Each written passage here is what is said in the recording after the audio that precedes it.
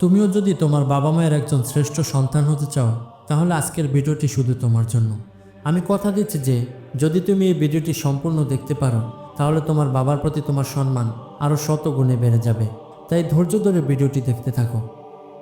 একটি ছেলে তার বাসার বেলকনির সামনে দাঁড়িয়ে কফি খাচ্ছিল। হঠাৎ করে তার চোখ তার বাসার গেটের সামনে দাঁড়িয়ে থাকা দুজন সিকিউরিটি গার্ডের উপর পড়ল। সে দেখতে পেল একটি ছাতার নিচে দুজন সিকিউরিটি গার্ড বৃষ্টির মধ্যে কষ্ট করে দাঁড়িয়ে আছে। এটা দেখে ছেলেটি নিজের চোখ বন্ধ করে তার অতীতে ফিরে গেল। কিন্তু কি ছিল তার অতীত? চলো আমরাও তার অতীত জেনে আসি। সবেমাত্র উচ্চ মাধ্যমিক পরীক্ষা শেষ হয়েছে। কোনো সরকারি ইউনিভার্সিটিতে তার সুযোগ হয়নি। পরিবারের আর্থিক অবস্থা অতটা ভালো ছিল না।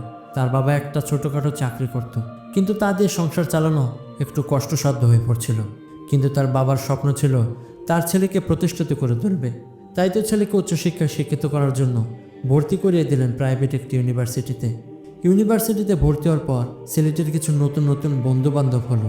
তবে তারা সবাই ছিল বেশ উচ্চবিত্ত পরিবারের সন্তান। বন্ধুদের নিয়ে আড্ডাবাজি, পার্টি, চিল করা এগুলো ছিল তাদের নিত্যদিনের রুটিন। আর যেহেতু ছেলেটিও এই দলের অন্তর্ভুক্ত ছিল, তাই তারও হাত খরচের জন্য ভিআইপিভাবে চলাফেরা করার জন্য বেশ মোটা অঙ্কের টাকা লাগতো। বন্ধুদের সাথে ঘুরে বেড়ানো, সারাদিন আড্ডাবাজি করে রাত করে বাড়ি ফেরা যেন তার অভ্যাসে পরিণত হয়ে গিয়েছিল। পড়ালেখার কথা প্রায় সে ভুলেই গিয়েছিল। কিন্তু এসব নিয়ে যখনই তার বাবা মা তাকে বোঝাতে যেত তখন সেই ছেলেটি উল্টো তার বাবা মাকে বলতো, তাহলে আজ থেকে আমার পড়াশোনা বন্ধ করে দাও।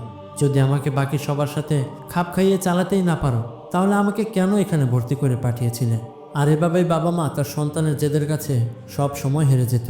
ছেলেটি প্রত্যেক মাসে ভার্সিটি খরচ ও নিজের হাত খরচ বাবদ তার বাবার কাছ থেকে প্রায় 15 থেকে 20 হাজার টাকা নিত। কিন্তু ছেলেটি আদৌ জানতে চাইতো না যে তার বাবা আসলে কি চাকরি করে কিংবা তার বাবা বেতন কত পেত। হঠাৎ করে তাদের বাড়িতে খবর আসে তার বাবা অসুস্থতার কারণে হাসপাতালে ভর্তি। তারপর সেই ছেলেটিও তার মা হাসপাতালে গিয়ে জানতে পারে তার বাবা স্ট্রোক করেছে। হাসপাতালে থাকা ডাক্তার মহোদয় জানায় অতিরিক্ত চিন্তা করা, পরিশ্রম করা মৃত্যুর কারণ হয়ে যেতে পারে। অর্থাৎ তার বাবা আর কোনো কাজই করতে পারবে না, তার এখন বিশ্রামের প্রয়োজন। তার বাবাও সর্বমোট প্রায় 5 দিন হসপিটালে ছিল। এতে করে হসপিটালের বিল দাঁড়ায় প্রায় 3 লক্ষ টাকা। কিন্তু এতগুলো টাকা ছেলেটি এখন কোত্থেকে এনে দিবে? তার মা নিজের সকল গয়না বিক্রি করে সেইখান থেকে মাত্র 2 লক্ষ টাকা জোগাড় করতে পারে। তো বাকি 1 লক্ষ টাকা জোগাড় করতে সেই ছেলেটি তার বাবা যেখানে চাকরি করত সেখানে চলে যায়। সেখানে গিয়ে তার বাবার মালিককে বলে, আমার বাবা খুবই অসুস্থ, যদি আপনি এই মাসের বেতনটা দিয়ে দিতেন তাহলে অনেক উপকার হতো। তখন সেই মালিকটি তাকে কিছু টাকা দেয়। ছেলেটি টাকা গুনে দেখে মাত্র 25,000 টাকা। তখন ছেলেটি তাকে জিজ্ঞেস করে, আচ্ছা আমার বাবা আপনার এখানে কিসের চাকরি করত যার বেতন মাত্র 25,000 টাকা? তখন সেই বাড়ির মালিকটি ছেলেটিকে জবাবে বলে, তোমার বাবা আমার বাসায় 20,000 টাকা বেতনে সিকিউরিটি গার্ডের চাকরি করত। তার অসুস্থতার কথা শুনে 5,000 টাকা তোমাকে বেশি দিয়েছি। এটা শুনে ছেলেটির যেন পায়ের তলার মাটি সরে যায়। ছেলেটি যেন আসমান ভেঙে নিচে পড়ল। কারণ যেই বাবা সামান্য সিকিউরিটি গার্ডের চাকরি করে আমার পড়ালেখার খরচ জোগাতো, আর আমি কিনা সেই টাকা দিয়ে বন্ধুবান্ধবদের সাথে আড্ডাবাজি করে টাকাগুলো নষ্ট করে ফেলতাম। একবার আমি কেন জানতে চাইনি, বাবা তুমি কিসের চাকরি করো? ছেলেটি আর এক মুহূর্ত দেরি না করে তার মায়ের কাছে চলে আসে। এসে মাকে বলতে থাকে, মা আমার বাবা যে মাত্র 20,000 টাকার বেতনে একজন মানুষের বাড়িতে সিকিউরিটি গার্ডের চাকরি করে সেটা আমাকে আগে কেন বলনি? ছেলেটির মা বলে, তুই জানলে কষ্ট পাবি বলে তোর বাবা আমাকে বলতে নিষেধ করেছিল। তোর বাবা বলেছিল কোনো কাজই ছোট না। আজকে আমি এই কাজ করে আমার সন্তানকে লেখাপড়া করাচ্ছি। দেখবে একদিন আমার সন্তান নিজের নাম দ্বারা আমাদের মুখ উজ্জ্বল করবে। তোর বাবা তোর পড়ালেখার জন্য একটা জমি বিক্রি করে দিয়ে বলেছিল, আজ আমি একটা জমি বিক্রি করলাম, একদিন আমার ছেলে এরকম 10টা জমি কিনে আমাকে উপহার দিবে। যে ছেলেকে প্রতিষ্ঠিত করার জন্য তার বাবা এতটা পরিশ্রম করেছে, এতটা কষ্ট সহ্য করেছে, সেই ছেলে এতদিন ধরে এসব কি করে এসেছে? এই কথা ভাবতে ভাবতে ছেলেটি নিজেই নিজেকে ঘৃণা করতে থাকে। সে নিজেকে তার পরিবারের এক ব্যর্থ সন্তান দাবি করতে থাকে। আত্মীয় স্বজন এবং পাড়া প্রতিবেশীদের কাছে ধার দেওয়া করে বাবাকে হসপিটাল থেকে বাড়িতে নিয়ে আসে। তারপর তার বাবাকে বলে, এতদিন আমি তোমার সন্তান ছিলাম, কিন্তু আজ থেকে তুমি আমার সন্তান আর আমি তোমার বাবা। আজ থেকে তোমাকে আর কোনো কিছু নিয়ে ভাবতে হবে না, এখন থেকে সব দায়িত্ব আমার। তারপর থেকে শুরু হলো তার অক্লান্ত পরিশ্রম। পড়ালেখার পাশাপাশি সে একটু ওয়ার্কশপে কাজ করা শুরু করলো। সকাল সকাল ঘুম থেকে উঠেই সে ওয়ার্কশপে চলে যেত এবং সকাল 10টার আগেই বাসায় ফিরে আবার ভার্সিটিতে চলে যেত। ভার্সিটি থেকে বাসায় ফিরে আবার বিকাল 5টা থেকে রাত 10টা পর্যন্ত ওয়ার্কশপে কাজ করত।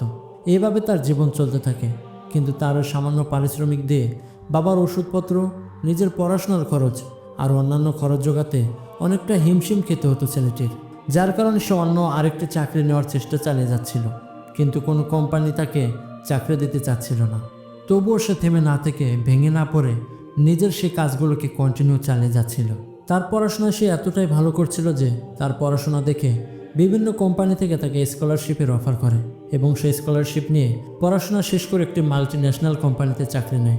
সেখানেও তার পরিশ্রম ও মেধা দিয়ে সবার মন জয় করে ফেলে। সেই ছেলেটি এতটাই বিশ্বস্ত হয়ে পড়ে যেন তাকে ছাড়া সেই কোম্পানি অচল হয়ে পড়ে। তার সততা দেখে তাকে পরবর্তীতে কোম্পানির সিইও হিসেবে নিযুক্ত করা হয়।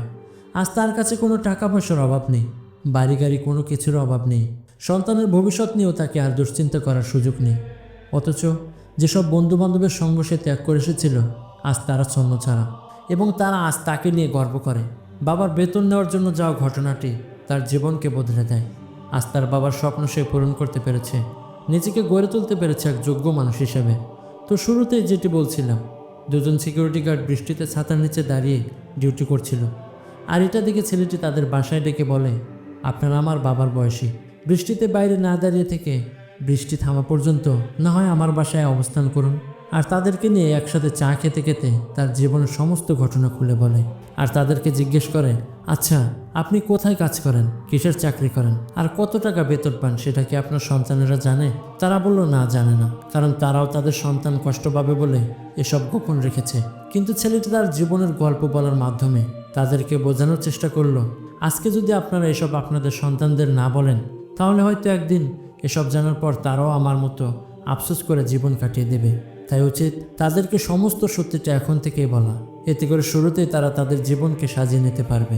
তো বন্ধুরা, তোমাদেরও উচিত পরিস্থিতি যেমনই হোক না কেন, সবসময় বাবা মার কাছ থেকে বর্তমান অবস্থা জানা সকল সন্তানের দায়িত্ব। আর যদি তুমি সবসময় নিজের খুশি, নিজের চাহিদা মেটানোর জন্য বাবার উপর জুলুম করতে থাকো, তাহলে তুমি কখনোই বাবা মায়ের শ্রেষ্ঠ সন্তান হতে পারবে না। এখন তোমার কি সিদ্ধান্ত, অবশ্যই কমেন্ট বক্সে লিখে জানাবে। তুমি কি তোমার বাবা মায়ের শ্রেষ্ঠ সন্তান হতে চাও? যদি তুমি এই ভিডিও থেকে কিছু একটা শিখতে পারো, তাহলে অবশ্যই ভিডিওতে একটা লাইক দিয়ে শেয়ার করে দিও। আর এরকম আরও লাইফ চেঞ্জিং ভিডিও পেতে অবশ্যই চ্যানেলটি সাবস্ক্রাইব করে দিবে। ধন্যবাদ।